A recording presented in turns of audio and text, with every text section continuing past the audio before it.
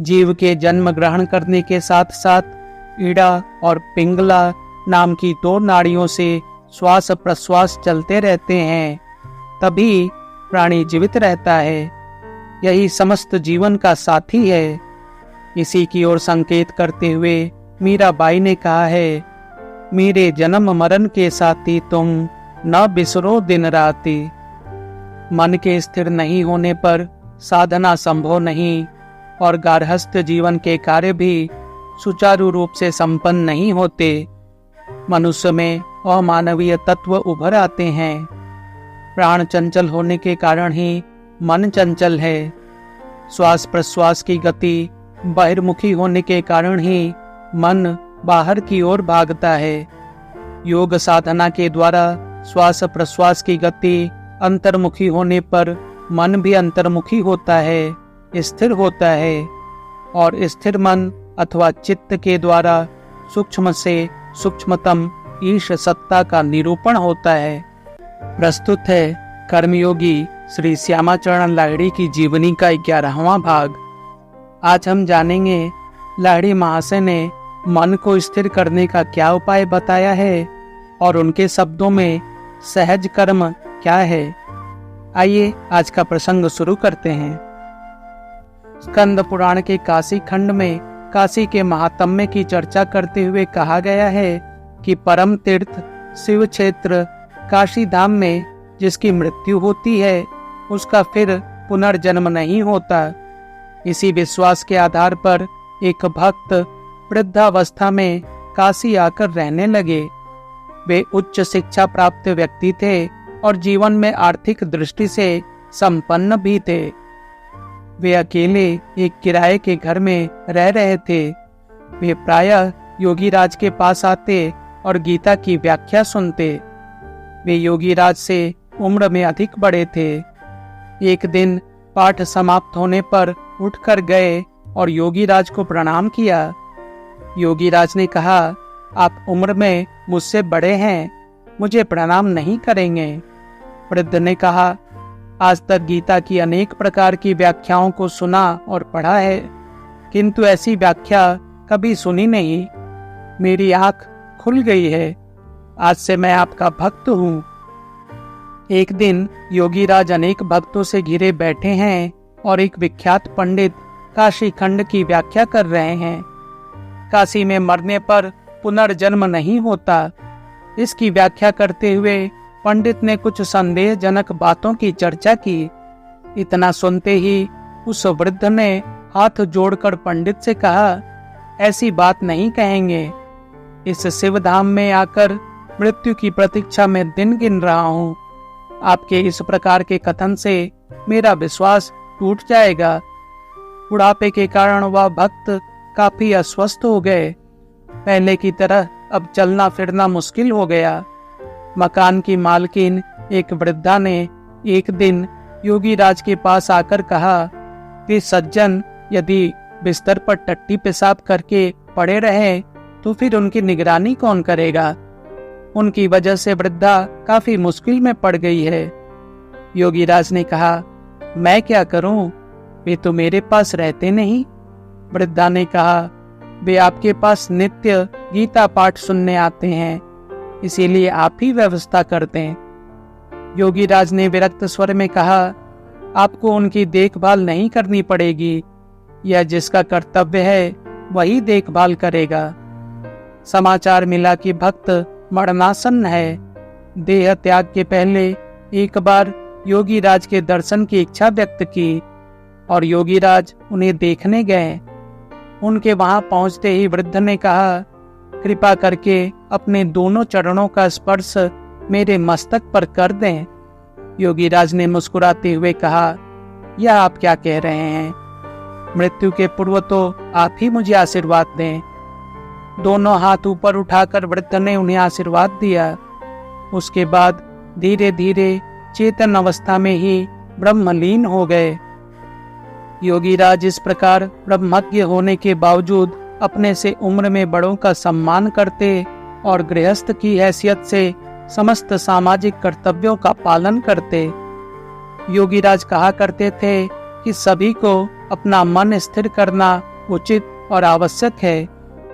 मन के स्थिर नहीं होने पर साधना संभव नहीं और गार्हस्थ्य जीवन के कार्य भी सुचारू रूप से संपन्न नहीं होते। मनुष्य में अमानवीय तत्व उभर आते हैं। प्राण चंचल होने के कारण ही मन चंचल है। श्वास प्रश्वास की गति बहिर्मुखी होने के कारण ही मन बाहर की ओर भागता है। योग साधना के द्वारा श्वास प्रश्वास की गति अंतर्मुखी होने पर मन भी अंतर्मुखी होता है, स्थिर होता है। और स्थिर मन अथवा चित्त के द्वारा सूक्ष्म से सूक्ष्मतम ईश सत्ता का निरूपण होता है। इसीलिए वे गीतोक्त राजयोग के अंतर्गत सहज कर्म करने के लिए सबको उपदेश दिया करते थे। विशेष रूप से उनकी इच्छा थी कि यदि सभी युवक इस कार्य का पालन करें तो उनका जीवन स्वस्थ और सुंदर होगा। वे क्रिया योग के प्रति विशेष रूप से युवकों का ध्यान आकर्षित करते और कहा करते कि कम उम्र में इस योग क्रिया की प्राप्ति होने पर साधना करने के लिए एक लंबी अवधि मिलती है और इस जीवन में ही आध्यात्मिक मार्ग पर सिद्धि और सफलता प्राप्त होती है।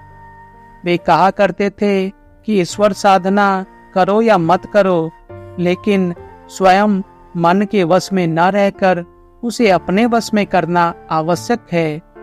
मन के कारण ही सब कुछ है। सारी विसंगतियों के मूल में मन ही है। योग कर्म के बिना मन को अपने वश में रखना संभव नहीं। ईश्वर साधना के प्रति यदि झुकाव या आकर्षण न भी हो तो भी यह कर्म सभी के लिए आवश्यक है। इससे मन अपने वश में रहता है। प्राचीन काल में ऋषि मुनि भी योग कर्म करते थे। योगी राज ने पुनः ऋषियों द्वारा प्रदर्शित मार्ग को ही गृहस्थ लोगों के लिए स्थापित किया। यह सहज कर्म किसे कहते हैं? इसके संबंध में गीता में भगवान ने कहा है, सहजम कर्म कौन्तेय सदोषमपि न त्यजेत। सहज का अर्थ इजी, आसान या सरल नहीं, बल्कि सहज का अर्थ है जो जन्म से प्राप्त या जुड़ा है, जिसे प्राप्त करने के लिए किसी प्रकार का कष्ट या चेष्टा नहीं करनी पड़ती। जीव के जन्म ग्रहण करने के साथ साथ ईड़ा और पिंगला नाम की दो नाड़ियों से श्वास प्रश्वास चलते रहते हैं, तभी तक प्राणी जीवित रहता है। यही समस्त जीवन का साथी है। इसी की ओर संकेत करते हुए मीराबाई ने कहा है, मेरे जन्म मरण के साथी तुम न बिसरो दिन राति। अर्थात जन्म से मृत्यु तक का जो साथी यह श्वास प्रश्वास है, उसे कभी न भुलाऊं। यह श्वास प्रश्वास का सहज कर्म अर्थात प्राण कर्म, आत्म कर्म अथवा प्राणायाम हमेशा करना चाहिए।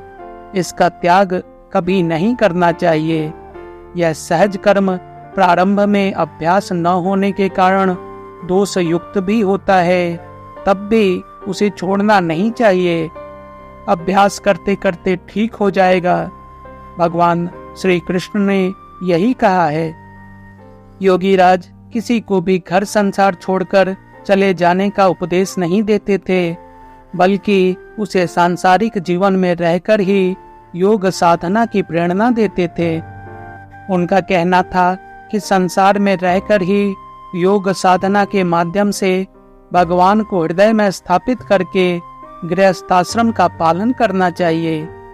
शास्त्र एवं विज्ञान सम्मत इस योग साधना के द्वारा चित्त को एकाग्र किया जाता है और एकाग्रता की ही स्थिति में धीरे धीरे चित्त शुद्ध होगा और फिर शुद्ध चित्त में प्रेम, प्यार, शांति एवं ईश्वर भक्ति का उदय होगा। तभी विश्व चेतना के साथ तादात्म्य या एकात्मता स्थापित करके हिंसा, द्वेष रहित मनुष्य ही श्रेष्ठ मनुष्य के रूप में रूपांतरित होगा। प्राण ही तो श्रेष्ठ हैं, सर्वस्व हैं। उस श्रेष्ठ के साथ मिलकर ही मनुष्य श्रेष्ठ होता है।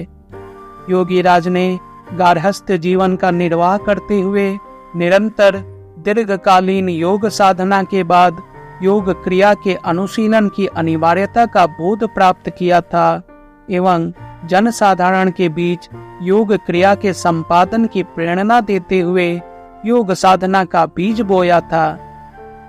एक बार योगी राज के साले राजचंद्र सान्याल के उच्च शिक्षा प्राप्त युवा पुत्र तारकनाथ पेट के किसी असाध्य रोग से आक्रांत थे। लंबी चिकित्सा के बावजूद किसी प्रकार का लाभ न होते देखकर वे वायु परिवर्तन के लिए कानपुर जाकर अपने पिता के एक घनिष्ठ मित्र के यहाँ रहने लगे। इस दरमियान वहां के एक व्यक्ति ने उनसे कहा, औषधि के द्वारा तुम्हारा यह रोग दूर नहीं होगा। यदि तुम्हें किसी महात्मा का आशीर्वाद प्राप्त हो जाए तो यह शीघ्र ही दूर हो जाएगा। और यह भी बताया कि गोरखपुर में एक ऐसे महात्मा हैं, वहां जाकर जल्द ही उनकी कृपा प्राप्त करने की चेष्टा करो। तारकनाथ गोरखपुर जाने की तैयारी करने लगे। उसी समय उनके पिता के मित्र ने सारी बातें सुनकर कहा, तुम्हारे घर में ही महात्मा है और तुम महात्मा की खोज में कहीं और जा रहे हो। तारकनाथ ने विस्मय पूर्वक पूछा, मेरे यहाँ महात्मा कहाँ से आ गए? मैंने तो कभी किसी महात्मा की चर्चा सुनी नहीं। उनके पिता के मित्र ने कहा, क्या तुम अपने फूफा श्यामाचरण लाहिड़ी को जानते नहीं?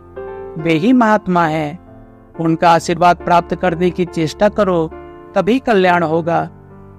तारकनाथ को आश्चर्य हुआ। उनके फूफा एक महात्मा हैं, ऐसी बात इसके पहले उन्होंने कभी सुनी नहीं।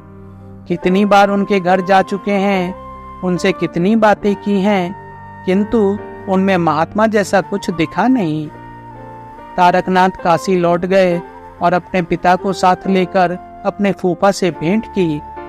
फूफा ने सारी बातें सुनकर तारकनाथ को एक टोटके वाली दवा दी। तारकनाथ उसका इस्तेमाल करके निरोग हो गए। उसके पश्चात तारकनाथ उनसे योग की दीक्षा लेकर साधना में तल्लीन हो गए। किसी प्रकार की उपार्जन की चेष्टा न करते हुए देखकर योगी राज ने उन्हें कम साधना करने का आदेश दिया और कहा, साधना भी करनी होगी और व्यवसाय के द्वारा जीविका का निर्वाह भी करना होगा। दूसरे के सहारे रहकर जीवन व्यतीत करना उचित नहीं, अपनी गृहस्थी स्वयं ही चलाना उचित है।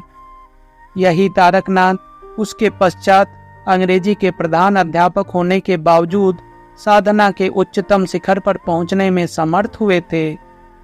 इससे साबित होता है कि योगी राज स्वयं को कितना गोपन रखते थे। वीडियो का अगला भाग जल्द ही प्रस्तुत होगा। वीडियो अंत तक सुनने के लिए धन्यवाद। आग्रह है, वीडियो को अधिक से अधिक लोगों तक पहुंचाने का प्रयास करें और चैनल को सब्सक्राइब करना न भूलें।